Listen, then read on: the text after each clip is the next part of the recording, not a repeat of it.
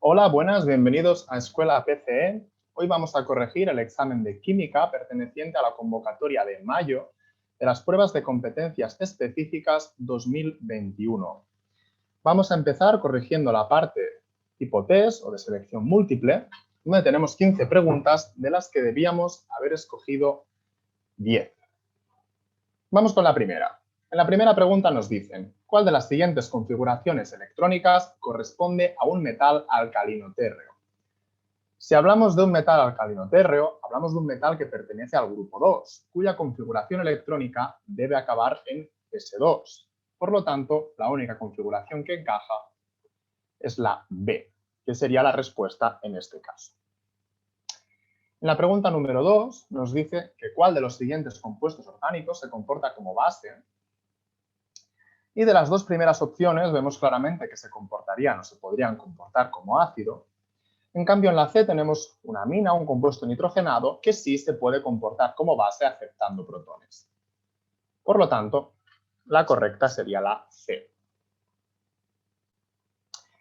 3. Tenemos que indicar la respuesta correcta. Nos dicen en la A, al aumentar la temperatura aumenta la conductividad de un metal. B. Los metales son sólidos cuyos átomos se unen por enlace covalente, aportando cada átomo un electrón. Y C. Los sólidos iónicos no conducen la corriente eléctrica a temperatura ambiente al tener los iones en posiciones fijas. La correcta es la C. Los sólidos iónicos no conducen la corriente eléctrica, tan solo son conductores si se encuentran en disolución acuosa o fundidos. Vamos con la 4. En una reacción en equilibrio y exotérmica, cuando aumenta la temperatura, se producirá un desplazamiento del equilibrio y nos dan 3 opciones. Bien, si tenemos una reacción exotérmica, ¿de acuerdo? Significa que la reacción en sí desprende calor. Por lo tanto, es una reacción que no requiere el calor. El hecho de aumentar la temperatura implicará que le estamos proporcionando calor, por lo tanto, no estamos favoreciendo la reacción, sino que estamos desfavoreciéndola. Por lo tanto, según el principio de Le Chatelier, la reacción se desplazará hacia la formación de reactivos, o lo que es lo mismo, hacia la izquierda, porque se verá desfavorecida. Entonces nos dice en la 5, señala la reacción de combustión del N-butanol ajustada correctamente. Aquí tenemos que tener cuidado porque puede resultar confusa esta igualación. Vamos a marcar la C, que es la correcta, y vamos a explicar por qué. Tenemos una molécula que es C4H9OH, ¿vale? Que se le sumaría oxígeno y formaría CO2 y agua. Entonces, lo primero que hacemos, evidentemente, es añadir el 4 del CO2 y después el 5 del H2O para igualar a lado y lado carbonos y protones. Entonces, tenemos que igualar por último el número de oxígenos. Si contáis, a la derecha tenemos 13 oxígenos, pero a la izquierda tenemos 1 en el OH del butanol. No nos tenemos que olvidar de ese oxígeno. Por lo tanto, solo faltaría un 6 aquí para que de 12 más 1, 13, y la reacción estaría igualada. Vamos a la 6. Nos dicen, el elemento argón precede al potasio en la tabla periódica, es decir, va antes, justo antes del potasio. Por ello, el número de protones del ion potasio más es igual al del átomo de argón, ¿no? No tiene sentido. El número de electrones del ion potasio es igual al del átomo de argón. Esto sí es verdad. Si tenemos potasio más, significa que ha perdido un electrón. Y si ha perdido un electrón, queda con la configuración electrónica del átomo anterior. Si el argón precede al potasio, pues evidentemente quedará con su configuración electrónica. Y lo del número de electrones de la C tampoco tiene sentido. Entonces, para responder a las 7 vamos a hacer una captura y vamos a resolverlo numéricamente. Vamos a irnos a la pizarra.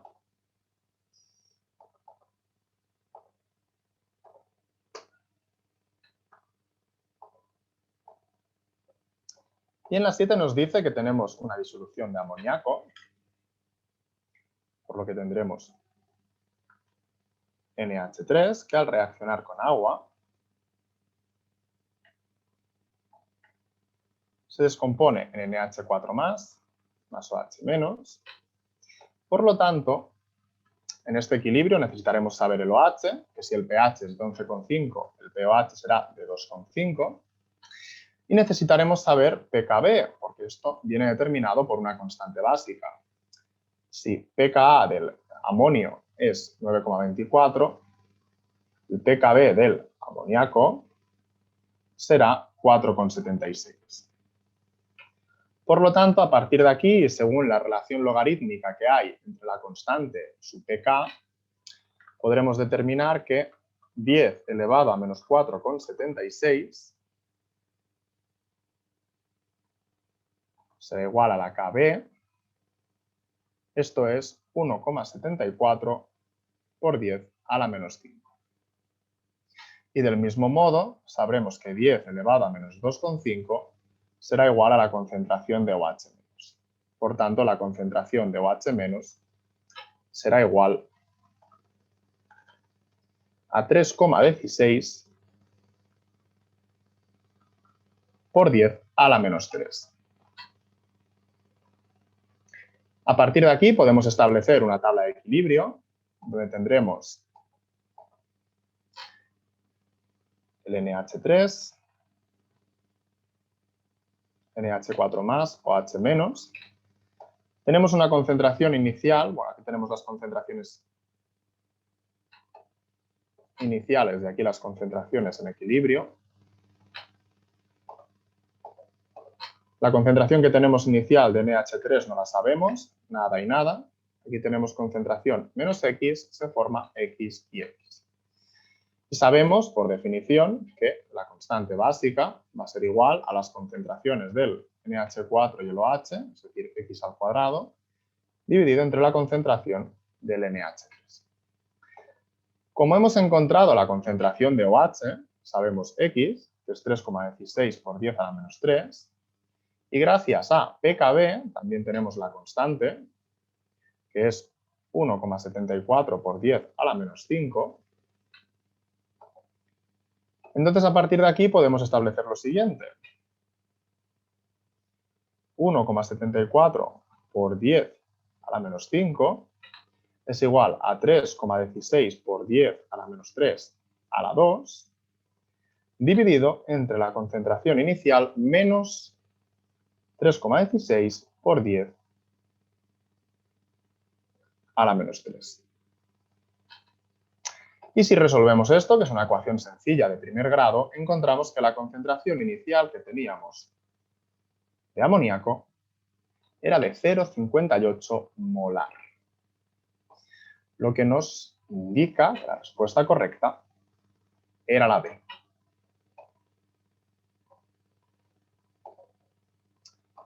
Continuamos.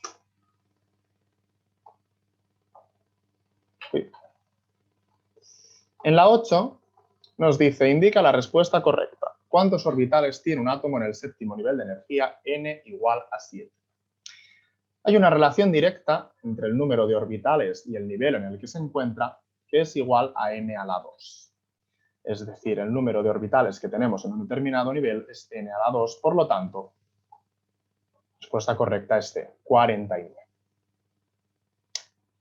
Pregunta 9. ¿Cuántos enlaces sigma y pi hay en la molécula de acetileno? Si dibujamos la molécula de acetileno, que es la misma que la de pino,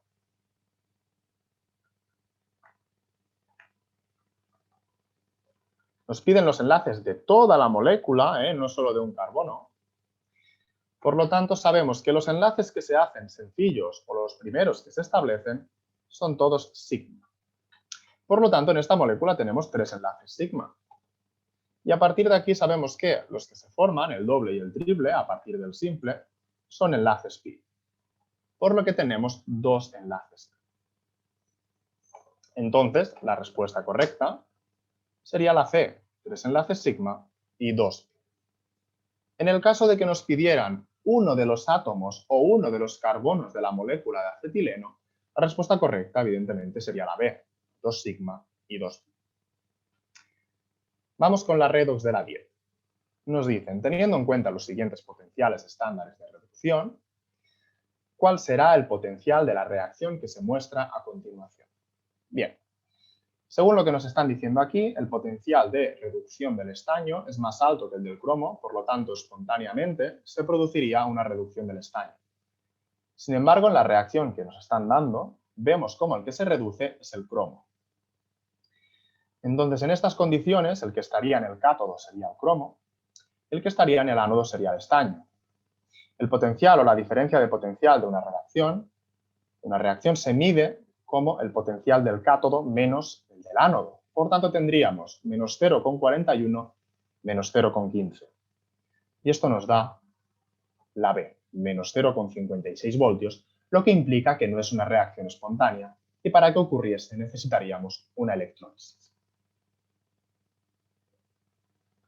11. ¿Cuál de las siguientes sustancias tiene mayor solubilidad en agua? Esta era bastante sencilla, puesto que el yodo molecular y el tetracloruro de carbono son dos moléculas típicamente apolares. Por lo tanto, la única sustancia que es soluble en agua o que tiene la mayor solubilidad aquí es el cloruro de sodio.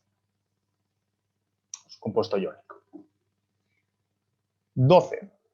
La velocidad de reacción para la siguiente reacción, 2A más B igual a C, viene dada por la ecuación V igual a la constante por la concentración de A por la concentración de B al cuadrado. Señalar la respuesta correcta sobre dicha cinética. Bien. A. Si se duplica la concentración de B, la constante cinética K reducirá su valor a la mitad. No es verdad, porque la concentración no va a influir en el valor de la constante. B. El orden total de la reacción es igual a 3. Esto sí es verdad. Los órdenes parciales son 1 en A y 2 en B, por tanto 1 más 2, 3. Y las unidades de la constante cinética K son segundos a la menos 1. No es verdad, porque entonces estaríamos hablando de una reacción de orden 1. En este caso tendríamos litros al cuadrado partido por mol al cuadrado por segundo. Bien, la 13. Respecto a los procesos de oxidación-reducción, ¿qué afirmación es correcta? A. La reducción del yodato a yodo gas en medio ácido implica la transferencia de 10 electrones. Esta es verdad y ahora comprobaremos en la pizarra por qué. B. En la reacción 2 cobre más oxígeno, el cobre se reduce. Esto es mentira porque si os fijáis en el óxido de cobre, el cobre tiene valencia más 2, por lo tanto ha ganado carga positiva y por tanto se ha oxidado, ha perdido electrones. Y en la C nos dicen que cuando un elemento se reduce, su número de oxidación pasa de menos positivo a más positivo. Esto es mentira, es precisamente al contrario. Si se reduce, gana electrones y pierde carga positiva. Vamos a la pizarra, a realizar la igualación del yodato a yodo molecular. Entonces, si nosotros tenemos esta molécula que produce una semirreacción hasta el yodo, tenemos que tener en cuenta que tenemos 2 yodos, por tanto igualamos el número de yodos. Estamos en medio ácido, por lo tanto tenemos que añadir aquí 6 aguas. Y como hemos añadido 6 aguas, aquí faltan 12 protones. Si contamos la carga que tenemos a un lado y a otro, aquí tenemos una carga de más 10 y aquí tenemos una carga de 0. Por lo tanto, evidentemente, faltan 10 electrones para que esta reacción esté igualada. Por lo tanto, hemos marcado bien la respuesta A. 14. De los siguientes compuestos orgánicos, ¿cuál no tiene un átomo de oxígeno en su estructura? Bien, aquí evidentemente era fácil, la respuesta era alquinos. Ésteres y aldehídos tienen por definición oxígeno en su estructura. Y por último nos dicen que el ion manganeso, 2 más, posee un peso atómico de 55, por lo que tendrá... Bien. Si contáis, tanto A como C nos encajarían en la descripción, porque sabemos, según lo que nos está diciendo, que ha perdido 2 electrones en comparación con los protones, es decir, tiene que tener 2 electrones menos, y la masa tiene que sumar 55. En el caso de la B suma 57 y, por tanto, no sería correcto. Entre la A y la C, lo que tenemos que tener en cuenta es la función del neutrón, o por qué existe el neutrón. El neutrón lo que hace es separar los protones en el núcleo para evitar que las cargas positivas se repelan entre sí y, por tanto, creen inestabilidades. Por lo tanto, siempre tiene que haber el mismo número o más de neutrones que de protones. Por lo tanto, la respuesta correcta sería la A. Y hasta aquí llegaría la corrección del tipo test.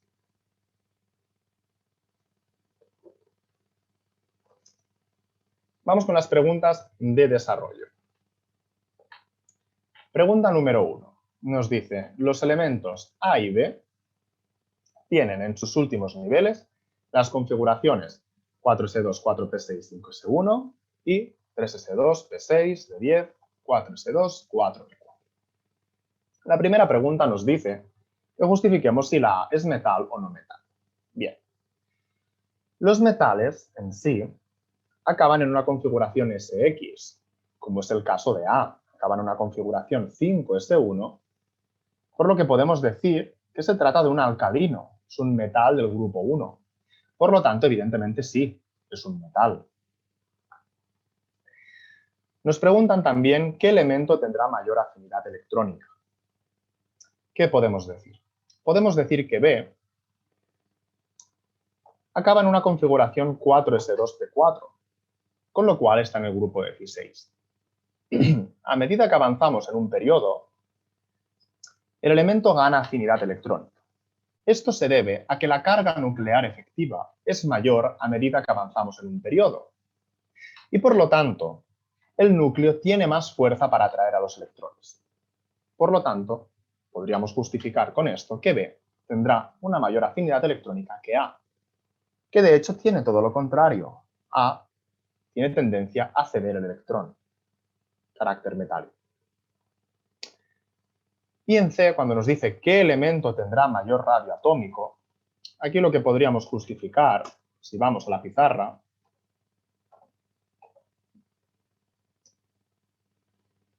es que A, que acaba en una configuración 5s1, y B, que acaba en 4s2, 4p4, al estar en un periodo superior, tiene más capas de electrones. Siempre que se tienen, o que un elemento tiene respecto a otro, mejor dicho, más capas de electrones, lo que está ocurriendo es un efecto de apantallamiento.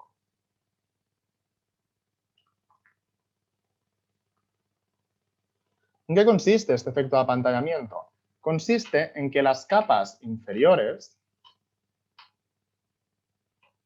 crean repulsiones, las capas de electrones crean repulsiones hacia las más externas, lo que provoca que la carga nuclear efectiva del átomo descienda. Es decir, la carga nuclear efectiva que encontramos en A es menor que en B, debido a que tiene más capas de electrones. Si la carga nuclear efectiva es menor, esto implica que el núcleo atrae con menos fuerza a los electrones. Por tanto, los electrones de la última capa circulan más libremente y el tamaño del átomo es mayor. Por tanto, el tamaño o el radio de A es mayor que el de B, debido a esta menor carga nuclear efectiva producida por el efecto de apantallamiento. Y con esto acabaríamos el ejercicio número 1. Vamos al ejercicio número 2. Nos dice, una pila galvánica consta de 2 electrodos. El primero está formado por una lámina de platino sumergida en una disolución 1 molar de dicromato potásico, 1 molar de cloruro de cromo y de pH 0. Y el segundo electrodo es una lámina de cobalto sumergida en una disolución 1 molar de nitrato de cobalto. Y entre las de cobalto 2, nos dice que entre las dos disoluciones se coloca un puente salino. Estamos hablando de una pila, una reacción que debe ocurrir de manera espontánea. Por tanto, cuando dibujemos el esquema de la pila, para dibujarlo, tenemos que tener claro ya quién se oxida y quién se reduce. Porque en la pila, a la derecha, siempre ponemos el cátodo, que es quien se reduce, o el elemento que se reduce. Si nos fijamos en los potenciales de reducción, va a ser el dicromato el que se va a reducir a cobre 3+, y va a ser el cobalto 2+, el que se va a oxidar, o va a ser el cobalto el que se va a oxidar a cobalto 2+. Por el hecho de que el dicromato tiene un mayor potencial de reducción. Por lo tanto, el esquema de la pila, el dibujo, sería este que tenéis aquí, ¿vale? Bien dibujado. Entonces tendríamos el cátodo, ¿vale? Perdón, el ánodo, que sería lo que tenéis aquí, el cobalto, ¿vale? El metal de cobalto, y a la derecha el cátodo, que sería el metal de platino, o el electrodo de platino. Y aquí los iones que tendríamos en disolución, pues el cloruro, el potasio, el dicromato y el cromo 3+. Y a la izquierda el nitrato y el cobalto 2+. Entonces hemos dicho que la reducción, nos dicen, bueno, esto sería la pregunta A, ¿vale? Aquí tendríamos el esquema, dibujando cátodo, ánodo, etcétera, voltímetro, puente salino, todas las partes que deben estar. Y en la B, cuando nos dice que escribamos las dos semirreacciones y la reacción global de dicha pila, y que calculemos la diferencia de potencial o el potencial de la reacción, lo que deberemos hacer es, ahora nos vamos aquí, y vamos a plantear las dos semirreacciones. Hemos dicho que por un lado tenemos la semirreacción de oxidación, que va a consistir en que el cobalto se transforma en cobalto 2+, y la semirreacción de reducción, que va a consistir en que el dicromato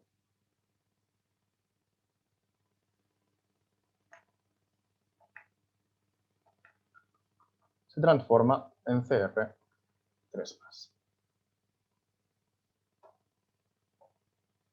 Entonces, bueno, a partir de aquí vamos a igualar esta reacción. Nos decían inicialmente que estábamos en pH 0, por lo tanto estamos en pH ácido. Primero de todo igualamos los cromos, nos falta un 2. Nos falta añadir aquí 7 aguas, porque tenemos 7 oxígenos aquí. Como hemos añadido 7 aguas, aquí añadiremos 14 protones.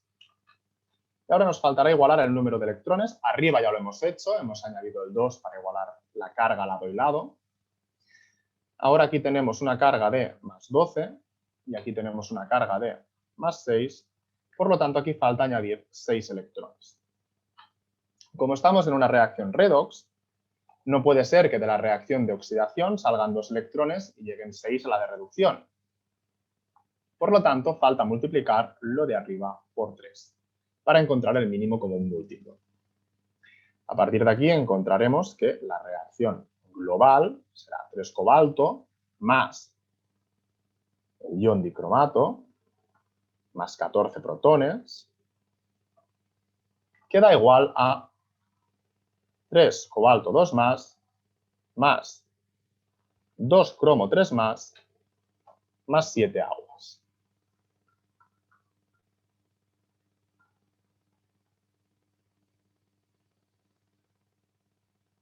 Y esta sería la reacción.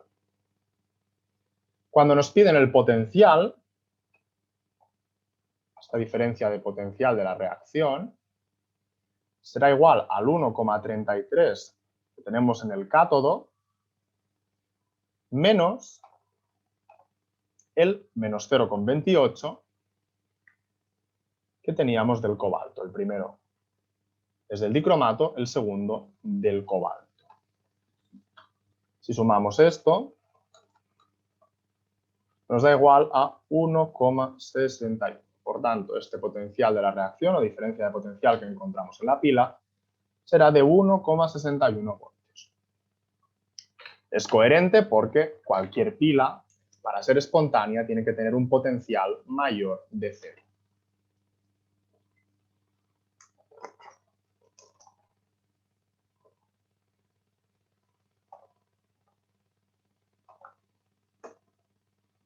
Vamos al ejercicio 3, o al primero de la tercera parte. Nos dicen, calcular el pH, vamos a ir a la pizarra, calcular el pH y la concentración de una disolución de amoníaco en agua si su grado de disociación es del 1% y su constante básica es 1,8 por 10 a la menos 5. Y en la B nos dicen que, una vez calculado lo de arriba, teniendo en cuenta esa concentración, si su disociación fuese del 3%, ¿cuál sería el pH de la disolución? Entonces, bueno, por partes. Vamos a pegar el enunciado en la pizarra y vamos a corregir.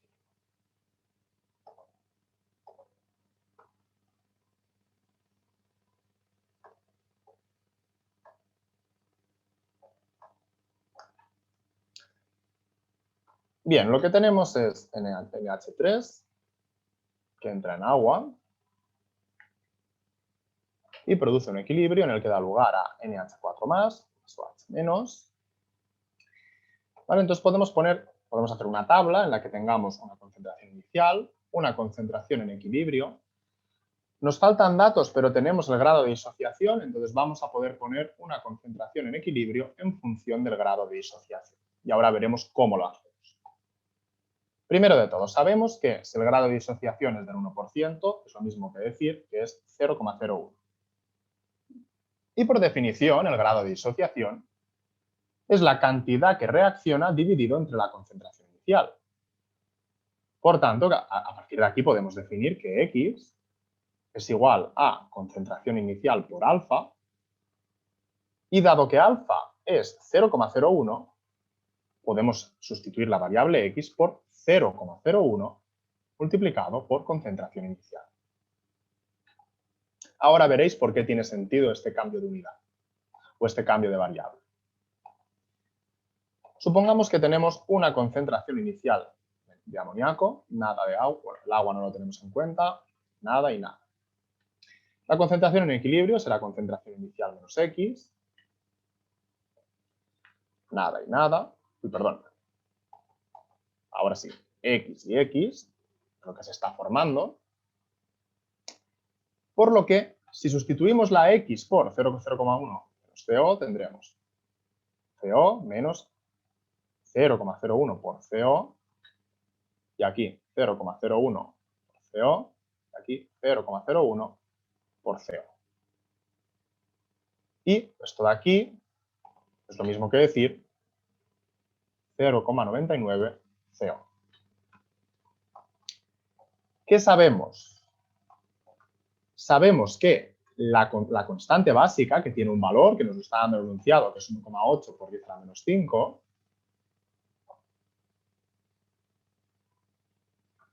es igual por definición a las concentraciones en equilibrio de amonio por OH- dividido entre la concentración de amoníaco.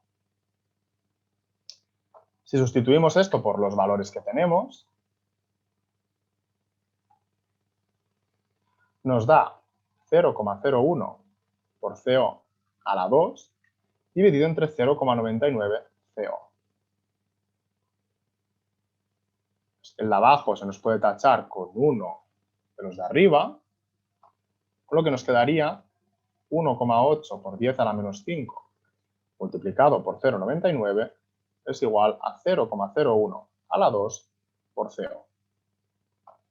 Y si aislamos esto de aquí, encontramos la concentración inicial que teníamos de amoníaco, que es igual a 0,178 molar. Y esto era una de las cosas que nos pedían, que era la concentración de esta disolución de amoníaco. Y ahora nos falta por determinar el pH, que es otra de las cosas que nos estaban pidiendo. Y para ello vamos a irnos a la tabla otra vez, ya que ahora que tenemos la concentración inicial, sabemos que concentración inicial por 0,01 es igual a X. Por lo que X va a ser igual a 1,78 por 10 a la menos 3 molar. He multiplicado la concentración inicial, que es 0,178, por 0,01. Sabemos a partir de aquí que el pOH es igual al menos logaritmo de OH-, la concentración de OH-, por tanto será igual al menos logaritmo de 1,78 por 10 a la menos 3. Esto nos da un pOH de 2,75. Y sabemos por definición que pH más pOH es igual a 14. Con lo cual, aquí podemos encontrar el pH, que será 14 menos lo que hemos encontrado de pOH, es decir, 11,25. Y esta sería la resolución de este primer apartado del ejercicio 3.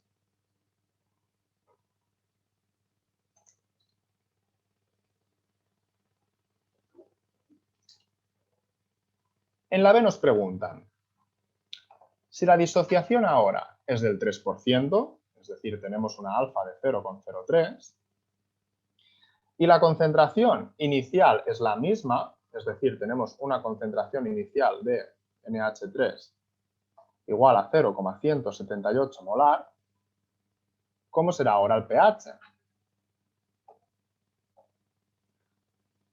Las proporciones que hemos escrito en la tabla no van a cambiar, es decir, si cogemos los valores que hemos escrito antes, en una tabla de equilibrio la concentración de OH seguirá siendo X y por definición X seguirá siendo igual a alfa por concentración inicial, es decir, 0,03 por 0,178.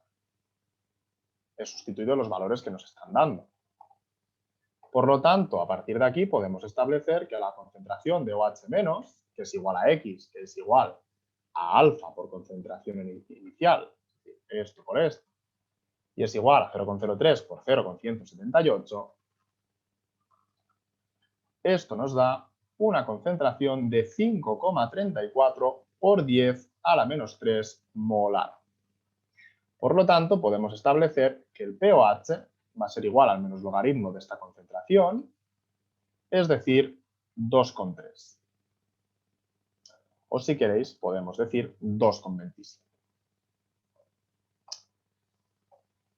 Entonces, siguiendo la misma definición de antes, que pOH más pH son igual a 14, encontraremos un pH de 11,73. Y aquí acabaremos este ejercicio número 3.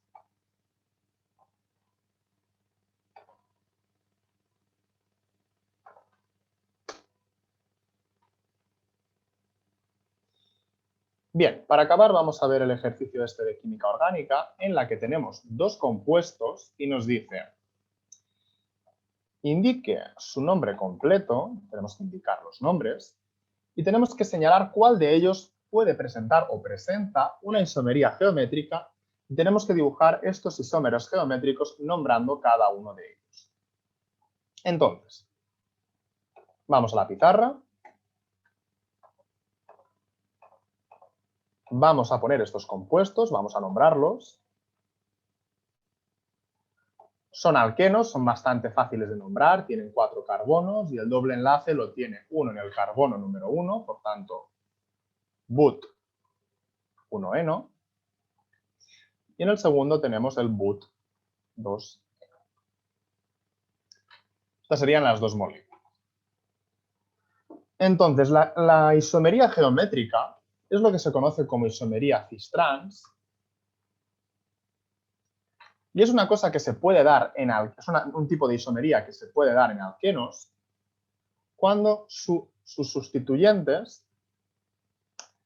cuando tienen sustituyentes iguales, es decir, el carbono que participa en el doble enlace, o los carbonos que participan en el doble enlace, tienen sustituyentes iguales 2-2. Es decir, que tienen los mismos sustituyentes, ¿de acuerdo? Tendríamos una molécula de este tipo, por poner un ejemplo, donde aquí tendríamos un sustituyente, aquí otro, y aquí tendríamos otro, donde las R1 entre sí son iguales y las R's entre sí también son iguales. Entonces, a partir de aquí, si evaluamos las dos moléculas que tenemos, podemos observar que el 1-buteno no tiene este tipo de isomería, dado que el carbono número 1, sus dos sustituyentes, son hidrógenos, y en cambio, en el carbono número 2 del doble enlace, los sustituyentes son un hidrógeno y un etilo. Por lo tanto, no tienen los sustituyentes iguales, no tienen los sustituyentes 2-2. ¿De acuerdo? Si observamos esta molécula, aquí tenemos el etilo, aquí el hidrógeno y aquí dos hidrógenos, por tanto, no tienen los sustituyentes 2-2. En cambio, en la molécula de la derecha sí ocurre. Tenemos hidrógeno, hidrógeno, hidrógeno, metilo, metilo. Por lo tanto, sí tienen los sustituyentes dosados.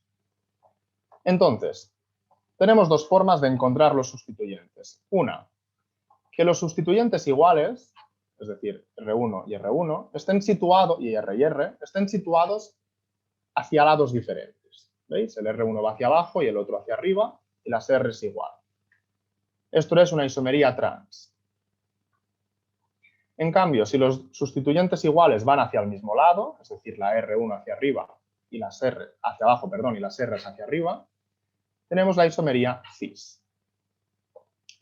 Por lo tanto, de esta molécula tendríamos, si os copio la respuesta, estos dos isómeros, el cis-but-2-eno y el trans-but-2-eno, donde, como comprobáis, en el cis tenemos los sustituyentes que van hacia el mismo lado y en el trans los sustituyentes que van hacia lados opuestos. Y aquí acabaríamos el primer apartado del ejercicio de química orgánica. Vamos al segundo.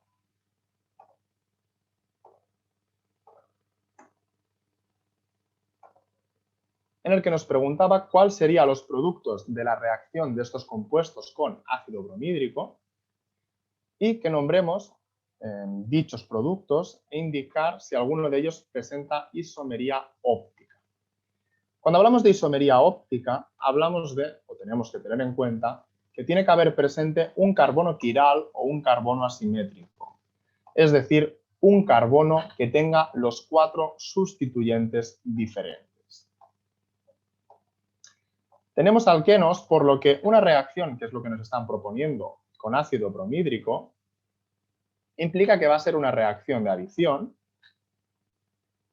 Y en las reacciones de adición seguimos lo que conocemos como regla de Markovnikov.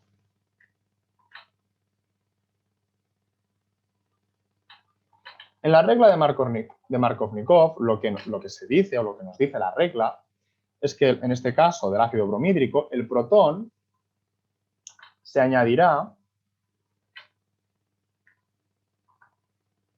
al carbono menos sustituido, es decir, el que tenga más hidrógenos, para formar el carbocatión más estable. Entonces, si seguimos esta regla, vamos a tener dos productos. Un producto mayoritario, que va a ser el que siga la regla de Markovnikov, y un minoritario, que va a ser el que no la siga. Entonces, el producto mayoritario hará lo que hemos dicho, es decir, el hidrógeno se añadirá en el carbono más sustituido, esto es aquí. Por tanto, la molécula que tendremos será esta,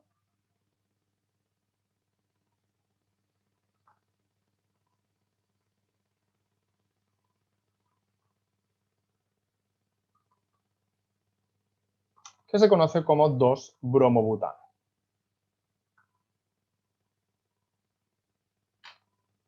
En el caso del minoritario, la molécula que se está formando, ya que el hidrógeno se añadirá en el carbono número 2, será esta.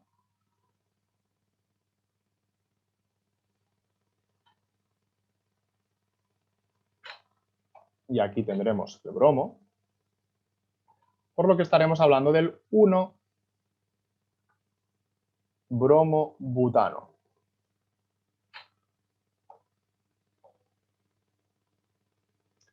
Estos serán los dos productos, el mayoritario, que seguirá la regla de Markovnikov, y el minoritario.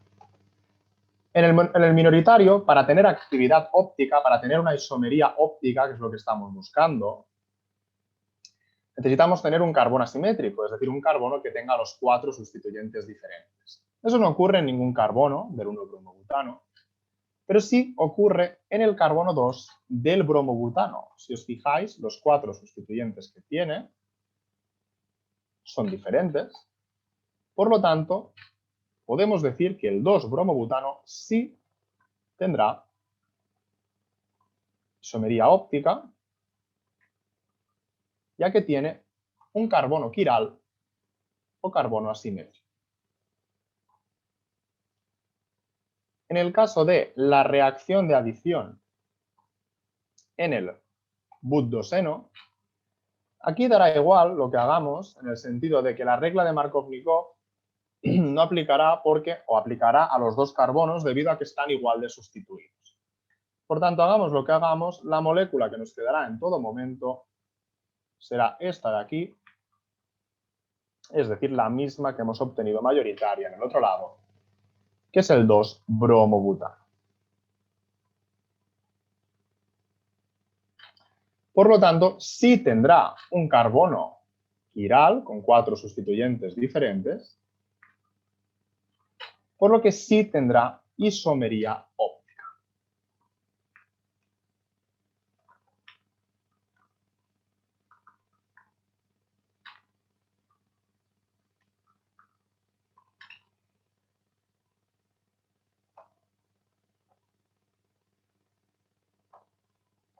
Y hasta aquí llegaríamos con la corrección del examen de química de esta convocatoria de mayo. Esperamos que os hayan ido genial los exámenes y si aún no los habéis hecho y estáis mirando este vídeo para prepararos, esperamos que os vayan genial los exámenes futuros y como siempre nos vemos en Escuela PCE, la mejor academia para preparar las pruebas de competencias específicas. ¡Saludos!